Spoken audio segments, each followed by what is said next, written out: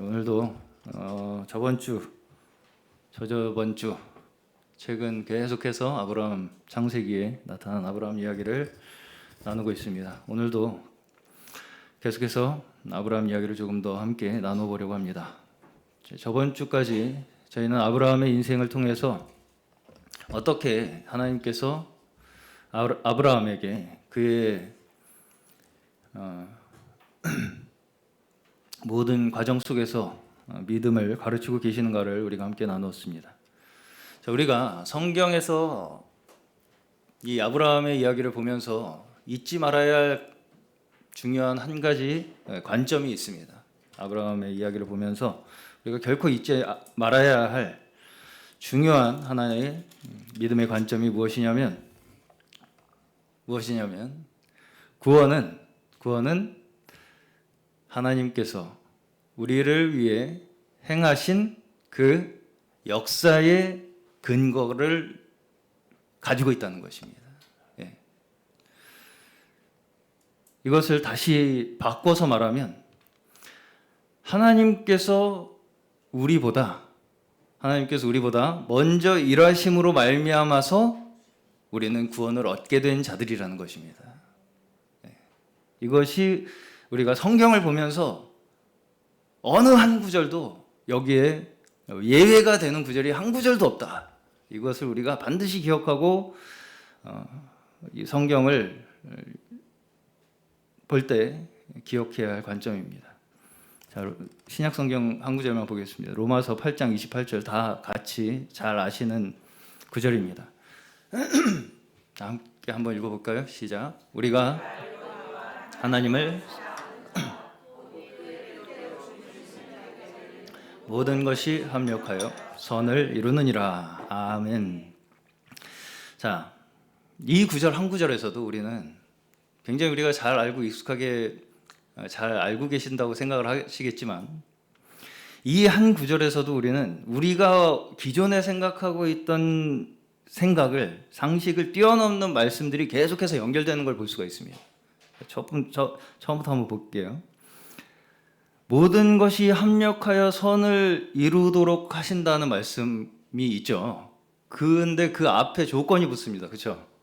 조건이 무엇입니까? 하나님을 사랑하는 자. 근데 곧 그 하나님을 사랑하는 자가 어떤 자들이라는 거예요? 그의 뜻대로 부르심을 입은 자들. 그렇죠? 자.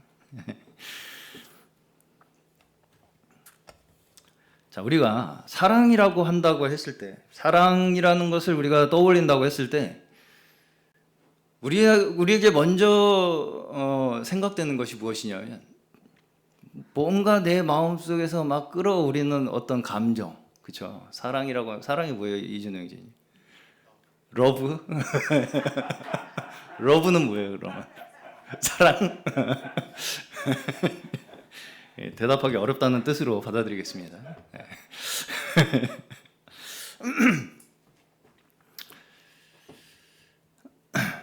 그렇죠. 사랑이라고 하면 뭔가 설명하기는 어려운데 내 마음속에서 뭔가 끌어오는 뭔가 막 그 감정, 뭔가 이런 것들을 떠올린다는 것이죠. 그래서 이제 여기서 방금 그 구절에서도 보시면 하나님을 사랑하는 자라고 했을 때 우리가 그것이 마치 내가 하나님께 선택을 받기 위해서 내가 하나님을 사랑해야 하는 것 같은 그런 조건으로 받아들이기가 쉽다는 것입니다. 다시 말씀드려 볼게요. 그렇죠? 하나님을 사랑하는 자라고 했을 때 내가 하나님께 선택을 받기 위해서 내가 하나님을 사랑하는 것이 그 조건이 되는 것처럼 생각하기가 쉽다고요. 그러나 여기서 다시 띄워줘 보세요. 하나님을 사랑하는 사람과 동격으로 놓고 있는 게 뭐예요? 그의 뜻대로 부르심을 입은 자. 그렇죠? 자, 다시 말해서 하나님을 사랑하게 되는 그 근거가 어디 있다는 것입니까? 하나님의 부르심. 하나님께서 우리를 그의 뜻대로 부르셨기 때문에 우리가 하나님을 사랑하게 되었다는 거예요. 자, 그 근거 구절 한 구절 더 보겠습니다. 요한일서 4장 19절입니다. 우리가 사랑함은 뭐 때문이라고요? 그가 먼저 우리를 사랑하셨습니다. 그렇죠? 확실하죠. 내가 마음속에서 끌어오는 무슨 어떤 막 감정, 끌어오르는 감정 막 이런 게 아니라 사랑이라는 게 그가 우리를 먼저 사랑하셨기에 우리가 사랑할 수 있게 되었다는 거예요. 자, 사랑이라고 하면 우리가 기독교 우리가 신앙을 가지면 가장 많이 듣는 이야기가 사랑이고, 또 뭐 비단 우리 기독교뿐만 아니라 인류의 가장 보편적인 어떤 그 예술의 주제 아니겠습니까? 사랑. 예. 누구나 그렇기 때문에 사랑을 안다. 나는 사랑이 뭔지 안다. 사랑을 다 이야기하고 사랑을 언급하지만 그만큼 제가 생각하기에 저마다 각자 다르게 이야기하는 것이 사랑이 아닌가 그렇게 생각이 듭니다. 그렇죠? 비뚤어진 사랑도 있고 적절하지 않은 사랑도 있죠. 자, 근데 이제 제가 생각하기에 사랑에 대해서 우리가 흔하게 하는 오해가 뭐라고 생각이 드냐면, 첫 번째, 이상하게 들리실지 모르겠지만 우리가 생각하기에 우리가 사랑이라고 했을 때 가장 빠지기 쉬운 오해가 뭐냐? 사랑이 나에게서부터 시작된다는 거예요. 사랑이 내 마음에서부터 뭔가 나오는 것이라고 생각하는 것이 우리가 빠지기에 가장 쉬운 함정이라고 생각합니다. 다시 말해서 내가 가지는 진심, 그렇죠? 끌어오르는 감정, 열정, 뭔가 애타는 간절함, 막 이런 그런 감정을 우리가 흔히 사랑이라고 생각하죠. 그렇죠? 그렇습니까? 그런가요? 네. 저도 한때는 불꽃 같은 연애를 하던 사람으로서 그 누구보다 사랑꾼이다라고 자부를 하는 사람 중에 하나입니다. 자, 그렇다고 해서 제가 그렇게 순조롭게 순풍에 돛단 듯 연애해가지고 결혼한 게 아닙니다. 아시는 분은 아시다시피 제 아내는 밀당의 달인입니다. 제가 쫓아다닌 기간만 3년입니다. 3년. 고등학교 때부터. 자, 어떤 분들은 이제 제가 3년 쫓아다녔다 이렇게 얘기하시면 그거 요새 같으면 스토킹이다 막 이렇게 이제 얘기하시는 분들이 있는데, 제가 싫다고 했는데 쫓아다녔겠습니까? 제가 싫다고 하는데 쫓아다닐 사람으로 보이십니까? 저도 나름대로 대학교 때 이렇게 머리 이렇게 길러가지고 지금 반쪽이었어요. 지금의 반쪽. 대학교 때는 머리 이렇게 길러가지고 기타 이렇게 막 치고 있으면 연습실에 저 보겠다고 여하구들이 쫓아왔었어요. 그래도 저는 거들떠도 안 봤습니다. 그러니까 이제 딴 친구들한테 가더라고요. 제가 싫다고 하는데 쫓아가는 게 아니에요. 제 간단한 일화 하나만 말씀을 드리자면, 갑자기 불시에 집 앞에 와요. 그때는 이제 핸드폰도 없었던 때 아니겠습니까? 전화를 해서 5분 안에 나오라고 그래요. 5분 안에 나와. 그러면 집 전화로 이제 바꾸서 나가면 이제 그 시간 내에 안 나가면 아웃이에요. 그렇죠? 거의 뭐 똥개 훈련이죠. 어느 정도 감이 오시죠? 제가 생각하기에 그때 제 수명이 한 10년은 깎아 먹었을 거라고 생각이 듭니다. 그러면서 오래 나가면 또 오래 있지도 않아요. 그냥 얼굴만 보고 가버립니다. 또 집에. 자매님들 배우세요. 자, 어쨌든 사랑에 관해서 세상에서 수많은 사람들이 노래하고 이런저런 애절하고 간절하고 그런 감정들에 대해서 저는 어느 정도 거의 경험을 했다고 생각합니다. 특별히 이제 제 연애한 이야기를 말씀을 드리면 많은 분들이 아유 무슨 드라마 같네요 막 그런 이제 이야기를 듣는 경우가 많은데, 제가 아직 미혼인 분들에게 한 가지 조언을 드리자면, 아무리 뜨겁고 아무리 열렬하고 아무리 운명적인 만남을 통해서 이루어진 사랑인 것처럼 생각이 든다 할지라도, 그것이 지나고 봤을 때 사실은 내 뜻과 내 의지에 달린 게 아니었다는 걸 깨닫게 되는 거예요. 저도 한동안은 이게 제 어떤 막 그 불타는 사랑과 감정이 만들어낸 결과라고 생각을 했었어요. 저도 이거 내가 이렇게 한 거다, 이거 내 사랑이 이뤄낸 업적이다, 막 이렇게 이제 생각을 한 적이 있었는데, 물론 어느 정도 이게 운명적인 것처럼 보이는 면이 있습니다. 그럼에도 불구하고 어떻습니까? 제가 어디서 만났습니까? 제 아내를 고등학교 때 도서관에서 만났습니다. 제가 몇 번 말씀드린 바가 있지만, 어느 날 시험 기간에 휴일에 도서관에서 공부하다가 맞은편에 맞은편에서 우연히 공부를 하고 있는 그 상황 때문에 만나게 된 거예요. 그게 누구의 의지가 있었습니까? 아무의 의지도 아니었어요. 상관없이 일어난 일이라는 거죠. 자, 어떤 면에서는 봉천동이라는 작은 동네에, 그렇죠? 봉천동이라는 작은 동네. 저 원래 또 고등학교 1학년 때는 전라도 광주의 고려고등학교라는 남고를 1년 다녔었습니다. 남고를 다녔었어요. 그것도 남고가 13반인가까지 있었습니다. 한 반에 50명씩. 얼마나 쌍맞게 있겠습니까? 눈만 마주치면 싸웁니다, 애들이. 그런 데서 이제 봉천동에 남녀공학의 영락고등학교라는 데로 전학을 간 거예요.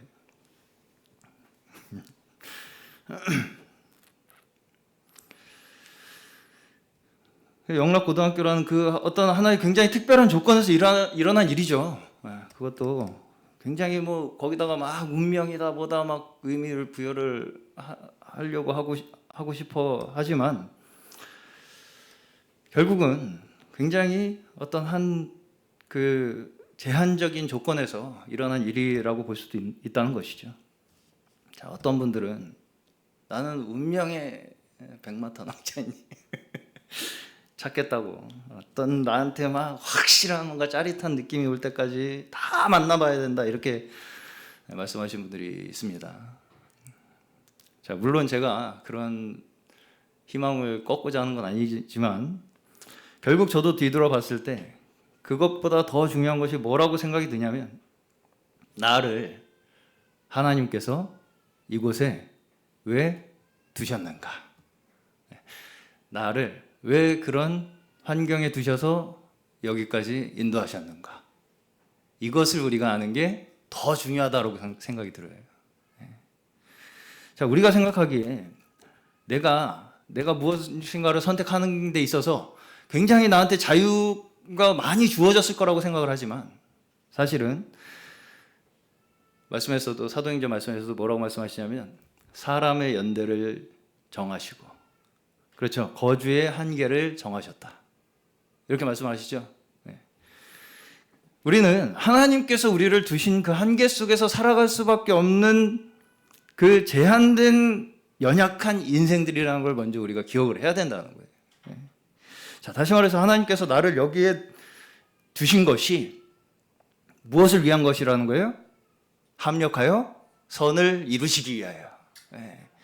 나를 여기에 두신 것이 합력하여 하나님께서 선을 이루도록 하시기 위한, 하나님의 섭리 가운데 내 인생이 놓여 있음을 깨닫게 하시기 위한 것이다.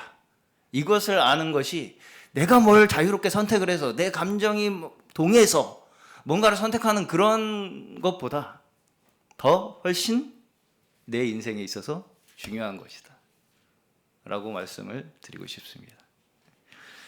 저는 이것이 비단 연애와 결혼뿐 아니라 신앙생활에 있어서도 마찬가지라고 생각합니다. 많은 경우에 우리가 내 열심, 그렇죠? 신앙생활에 있어서 그 어떤 하나의 증거가 내 열심이나 내 진심과 같은 어떤 운명적인 느낌을 가지고 내가 이 신앙생활을 해야지 인정을 받을 것 같은 그런 느낌으로 교회를 선택할 때가 많다는 것이죠. 신앙생활을 영위해 나가려고 하는 경우가 많다는 것입니다. 저의 경우를 생각해 볼 때도 저도 여전히 어떤 생각이 들 때가 있냐면, 내가 그렇게 진심을 다했기 때문에, 내가 그렇게 최선을 다했기 때문에 지금의 내가 있는 것이다. 지금의 나를 만든 것은 내 진심과 내 최선이다 라고 주장하고 생각하고 싶은 부분들이 아직도 있어요. 아직도 있어요. 그럼에도 불구하고 내가 가지고 있었던 과거에 내가 가지고 있었던 내 진심, 그렇죠? 혹은 내 열심, 어떤 내 뭔가 뭐랄까요, 운명 같은 어떤 그런 느낌들, 이런 것들에다가 지금 내 현재의 모습을 자꾸 거기에다가 근거를 두려고 하면 할수록 어떻게 되겠습니까? 어떻게 될까요? 그 과거에 있었던 그 조건에 맞지 않는 기억들에 대해서 어떻게 받아들이게 되겠습니까? 자꾸 후회하게 되고 원망하게 되고 과거를 자꾸 부정하고 싶어지게 되는 거예요. 그러니까 자꾸 편집을 해요. 과거를 좋은 아름답게 내 과거를 잘 생각해 보면 아름답지만은 않았거든요. 그렇죠? 그것이 우리가 쉽게 걸리는 시험입니다.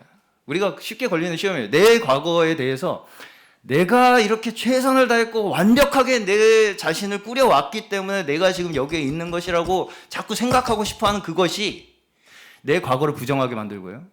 어떤 부분에 있어서의 나의 과거를 원망하게 만들고요. 어떤 부분에 있어서 내 과거를 후회하게 만드는 원인이 된다는 것입니다. 그것이 하나님께서 내 인생에 합력하여 선을 이루신다는 믿음을 가진 자의 믿음입니까? 아니겠죠. 그리고 그러한 마음은 결국은 내 지금의 당한 현실조차 부정하게 만들어요. 내 현실조차 내가 이제까지 이렇게 완벽하게 꾸려온, 내가 완벽하게 이렇게 만들어온 지금의 내 현실이어야 하는데 거기에 조금 빗나가는 것 같은 그런 현실들은 부정하고 싶게 된다는 것입니다. 자, 그러나 우리의 구원, 그렇죠? 우리의 현실, 지금 우리가 당한 우리의 삶은 우리가 지나온 과정을 내가 얼마나 완벽하게 살아왔는가에 달려 있습니까? 아니죠. 완벽하게 난 살아와서 여기까지 있다. 그렇게 말할 수 있는 사람이 있겠습니까? 이 세상에? 지나온 나의 삶의 과정이 완벽했기 때문에 지금 내가 여기 있다. 이렇게 말할 수 있는 사람은 없습니다. 심지어 우리가 보기에 실수하고 모자라고 연약하고 실패한 것처럼 보이는 우리의 과거조차 하나님께서 어떻게 하신다고요? 사용하신다. 라고 하는 것이 우리가 아브라함의 인생을 통해서도 우리에게 가르치시는 것이고, 하나님의 뜻대로 부르심을 입은 자들에게는 합력하여 선을 이루신다고 하시는 이 말씀의 의미이기도 한 것입니다. 맞습니까? 맞아요? 자, 그런 과정들을 통해서 하나님께서는 우리에게 믿음이 무엇인가를 계속해서 보여주시는 것입니다. 그 모든 우리의 인생의 과정들을 통해서, 그렇죠? 우리에게 가르치시는 것은 믿음이 무엇인가를 가르치시는 거예요. 자, 그래서 어떤 면에서 믿음은 첫 번째로 무엇이냐면 우리에게 하나님께서 주신 것을, 자, 다시 우리에게 이미 하나님께서 허락하신 것을 얼마나 내가 그것을 하나님께서 나에게 하신 역사라고 받아들이냐에 있는 거예요. 믿음이라는 게 결국은 하나님께서 나보다 먼저 행하신 역사에 근거하는 거잖아요. 그렇기 때문에 내가 겪어온 그 모든 인생의 과정들이 얼마나 이것이 다 하나님의 역사였는가를 받아들이는 만큼이 내 믿음의 성숙도의 척도라는 것입니다. 결국은. 자, 그러면 그 믿음이 성숙하면 성숙할수록 어떻게 되겠습니까? 그 과거의 경험이 지금 현재를 바라보게 만들고, 그 현재의 나의 삶이 나를 미래로 나아가게 만드는 것이죠. 그것이 믿음이 성숙해가는 과정인 것입니다. 이것이 그대로 아브라함의 인생을 통해서 우리는 발견할 수 있는 그의 믿음인 거예요. 하나님께서 역사하심으로 말미암아, 하나님께서 나를 이렇게 보호하시는구나, 이렇게 보호하셨으니까 나를 이렇게 인도하시겠구나 라는 믿음으로 계속해서 발전해 나가는 것입니다. 그렇죠. 전적으로 그 근거가 어디에 있다는 것입니까? 하나님께서 우리를 향해 먼저 하신 역사에 있다는 것입니다. 이제까지 나를 인도하시고, 이제까지 나를 보호하시고, 나를 지키신 약속을 이루시는 하나님께서 앞으로도 나를 그렇게 인도하시리라 믿는 믿음이 견고해질수록 현재의 삶이 믿음으로 채워 나아가게 될 것임을 믿으시기 바랍니다. 자, 그리고 오늘 이제 소돔과 고모라의 사건입니다. 18장, 19장. 18장과 19장은 소돔과 고모라의 심판의 사건을 기록하고 있습니다. 자, 우리가 소돔과 고모라의 심판의 사건을 생각할 때 흔히 어떤 그 소돔과 고모라의 성적 타락에 의한 심판으로 많이 생각을 합니다. 물론 그런 면이 없지 않습니다. 자, 그럼에도 불구하고 더 중요한 것은 여기에서 나타나는 믿음의 인물들, 특히 아브라함과 롯을 통해서 믿음이, 하나님께서 그들에게 주신 믿음이 실제의 현실에서, 그들의 삶의 현장에서 어떻게 적용되어 나아가는가를 우리에게 보여주시는 것이 더 중요한 메시지예요. 자, 창세기 18장 보시면 앞부분에서, 오늘 읽은 본문에서 아브라함에게 세 사람이 방문을 하죠. 그렇죠? 맞습니까? 네. 그러면서 이제 사라가 아들을 낳을 것이다 라고 하는 말씀을 하는 장면이 나옵니다. 그 뒤에 보시면. 자, 근데 이제 여기서 잘 살펴보시면 한 가지 굉장히 우리가 의아한 부분이 있어요. 뭐냐면 그 손님들이 처음에는 사람이라고 했다가 세 사람, 아브라함이 보니까 세 사람이 있었다. 그러다가 중간에 갑자기 은근슬쩍 여호와로 바뀌어요. 그러다가 다시 사람들로 바뀝니다. 잘 읽어보시면 그래요. 18장에. 그리고 이제 그 사람들이 떠나가고 나서 또 하나님과 아브라함이 계속해서 이 뒤에 보시면 뭘 합니까? 딜을 합니다. 딜. 아브라함이 하나님께서 소돔과 고모라를 심판하시겠다고 하니까 뭐라고 그래요? 50명, 의인 50명이 있으시면 심판하실 것입니까? 안 하겠다. 몇 명입니까? 계속 이제 딜을 해요. 그렇게 협상을 합니다. 아브라함이. 자, 첫 번째 질문입니다. 이진우 형제님. 아브라함이, 이 사람들이 처음 그 아브라함에게 방문했을 때 이 사람들이 그런 하나님이 보낸 사람들이라는 걸 알았을까요?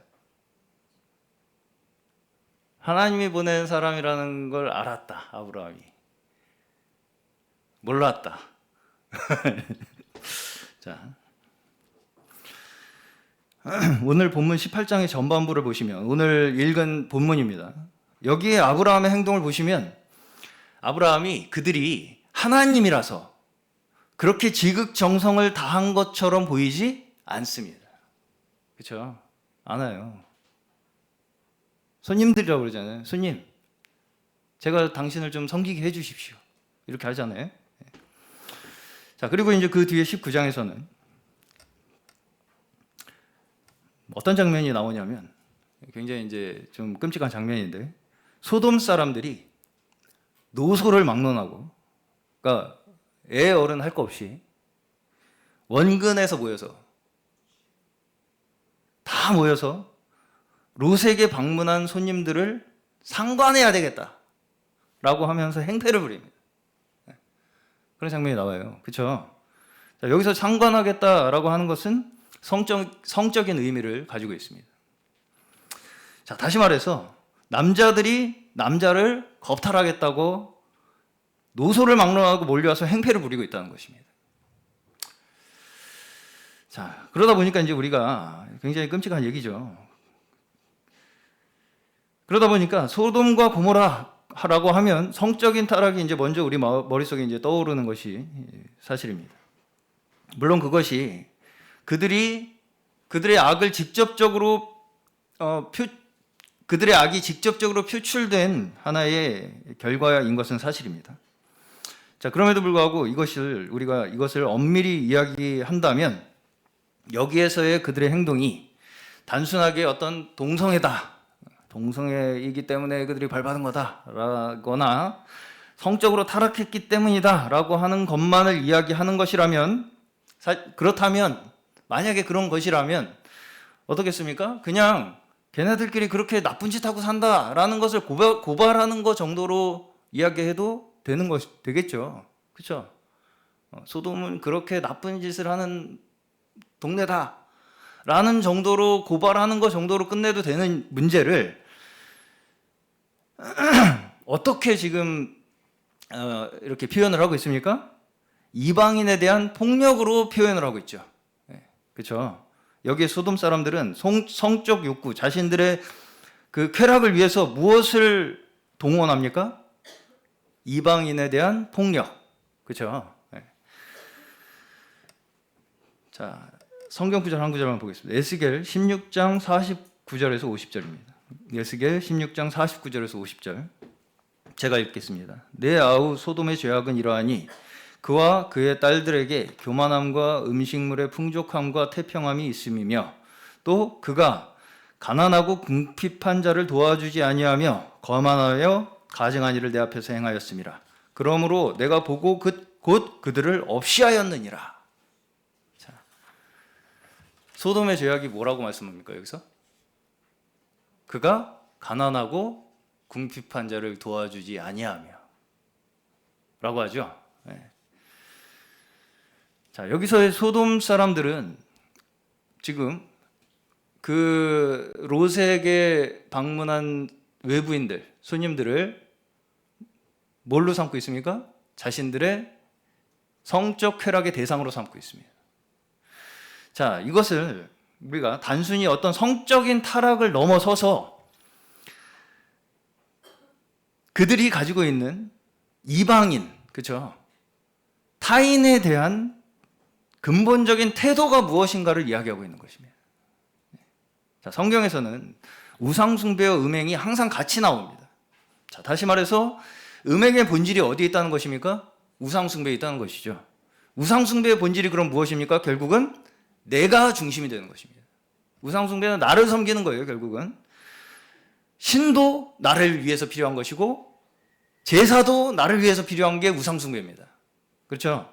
자, 그러면 이것이 계속 중심이 나로 가면 갈수록 결국 향하는 것이 어디라고요?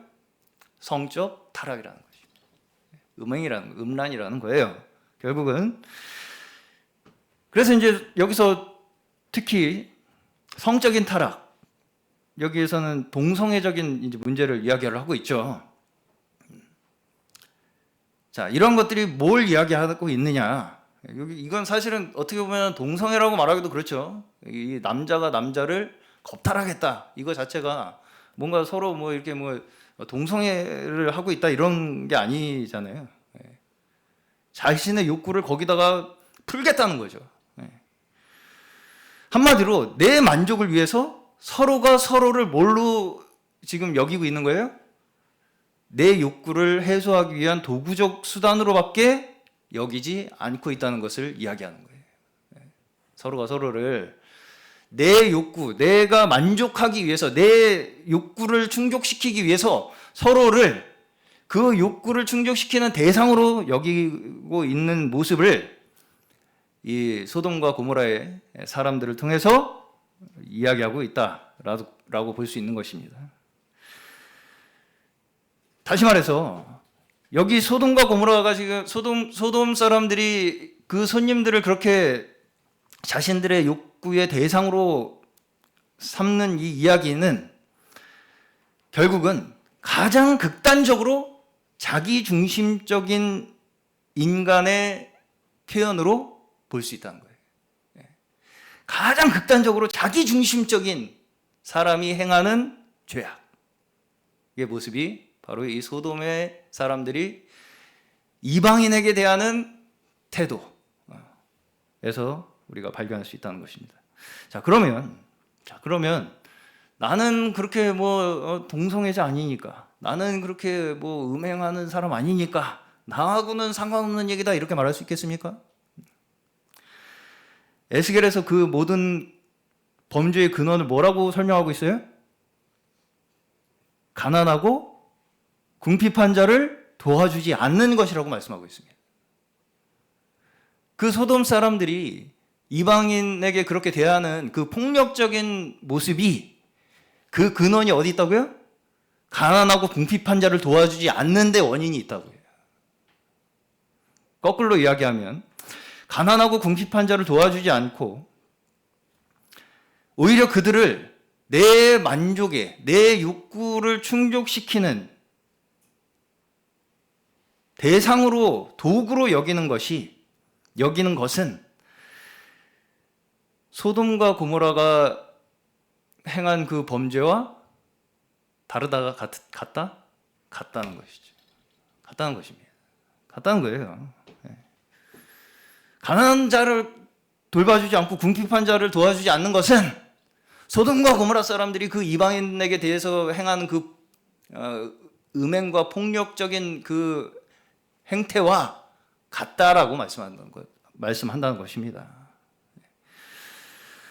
자, 마태복음 11장 23절에서 보시면 예수님께서 가장 기적을 많이 행한 고을 중에 하나입니다. 가버나움이라고 하는 마을이, 예수님이 아무리 기적을 행하시고 병든 자를 고쳐주심에도 불구하고 이 사람들은 예수님에 대해서 악한 말로 거역하고 받아들이지 않습니다. 그러니까 거기에 대해서 예수님께서 뭐라고 말씀하시냐면, 뭐라고 말씀하세요?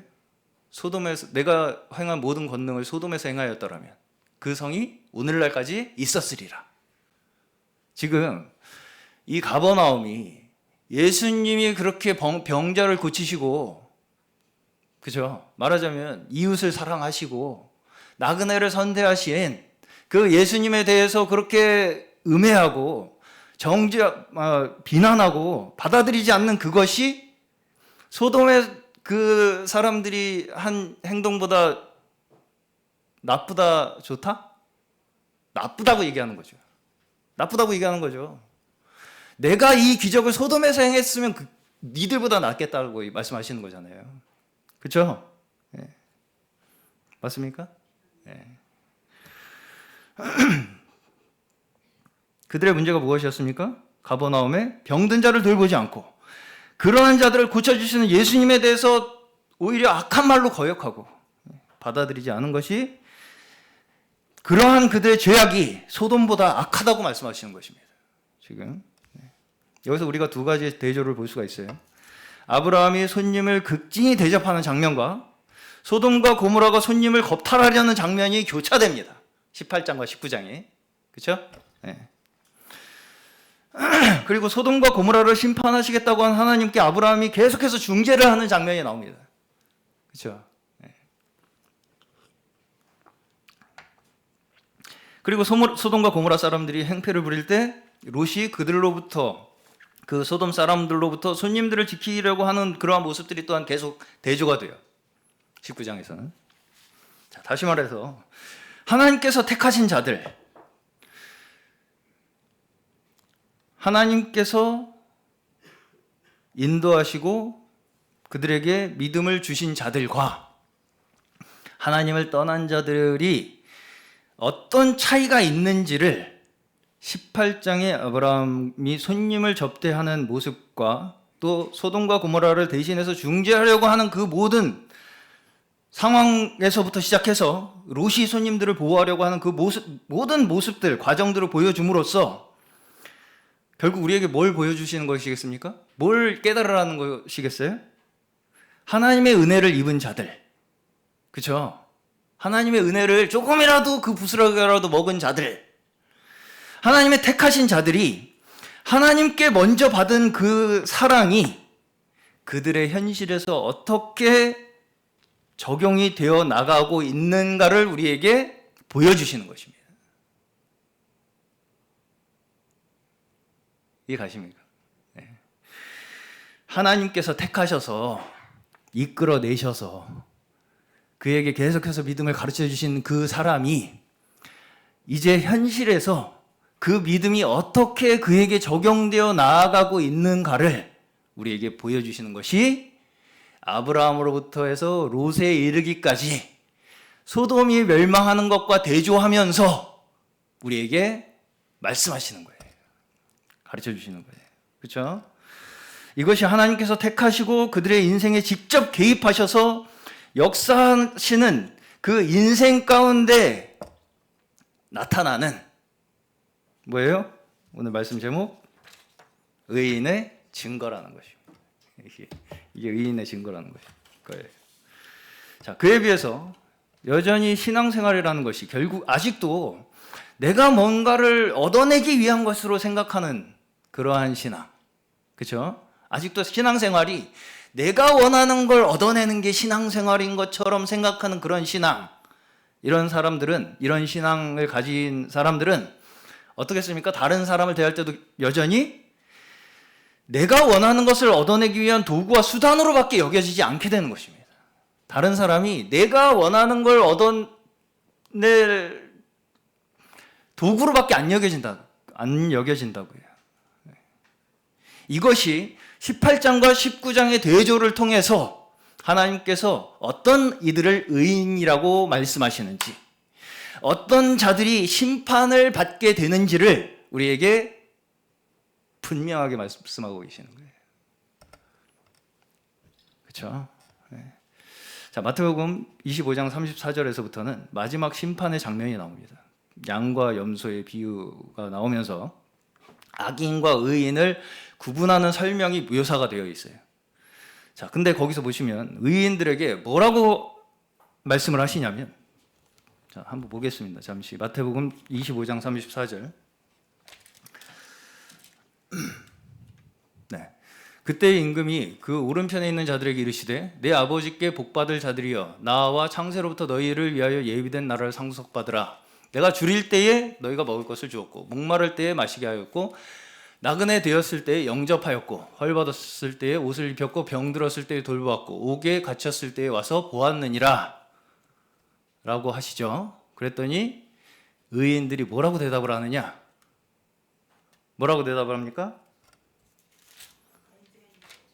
제가 언제요? 제가 언제요? 그렇죠. 이 사람들이 알았어요? 자기들이 선행을 베푼 걸 알았어요? 몰랐어요? 몰랐어요. 네, 몰랐죠.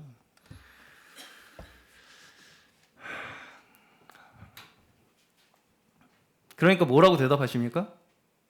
내 형제 중에 지극히 작은 자 하나에게 한 것이 곧 내게 한 것이니라. 네. 아브라함이 그 손님이 하나님인지 아닌지를 알고 모르고가 중요합니까? 안 중요해요. 그 나그네를 내가 접대하는 그의 그 마음 그 자체가 하나님을 섬기는 마음이라는 것입니다. 그렇죠?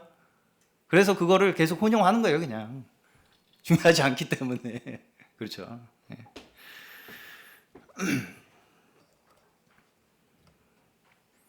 다시 말해서 내가 하나님을 사랑한다는 것이 내 어떤 마음에 애끓는 진심이나 막 감정, 뭔가 막 열심, 막 이런 것에 근거를 두고 그것을 통해서 뭔가 내 사랑, 뭔가 내 막 진심, 막 이런 걸 증명하려고 하는 것은 잘못하면 오히려 뭐가 될 수 있다는 거예요?